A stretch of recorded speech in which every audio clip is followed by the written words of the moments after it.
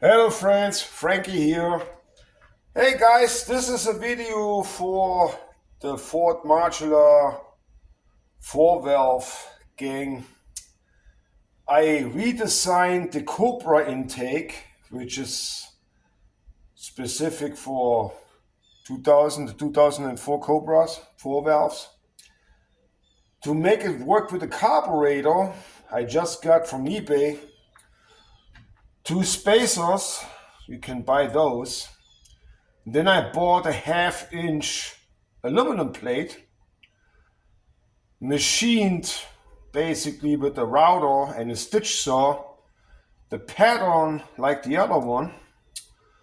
And then I used basically the same process to have a spacer and a flange on it, but uses a 4-barrel carburetor, and make this basically into I would say a dual plane intake manifold for a 4-valve.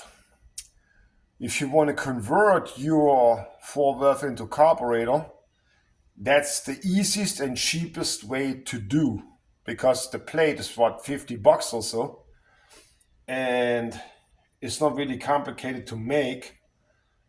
So you can actually convert your regular engine, your 4-valve, into a carbureted engine.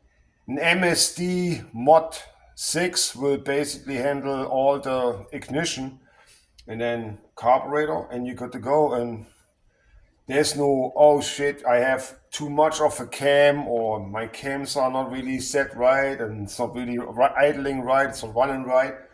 Carburetor or throttle body fuel injection, like Harley or Aces fuel injection, they don't care about that. And here's the bonus. Here's the bonus, fellas. When the fuel travels through the whole manifold, it cools down that manifold to about 50, 60 degrees Fahrenheit.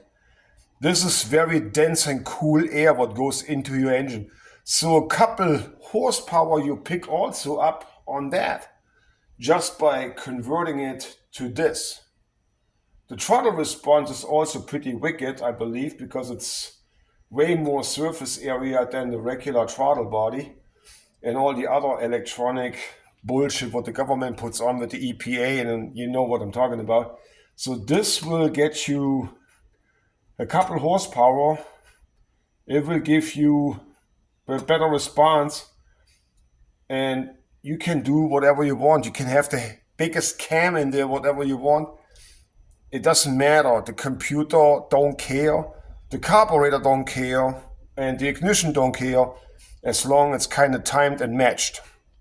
I think it's a pretty decent deal for what, $50 versus buying one for $300-400, and you don't even get a dual plane or long runner intake off the shelf for these motors. So I think it's a pretty good deal. All right, guys, see you.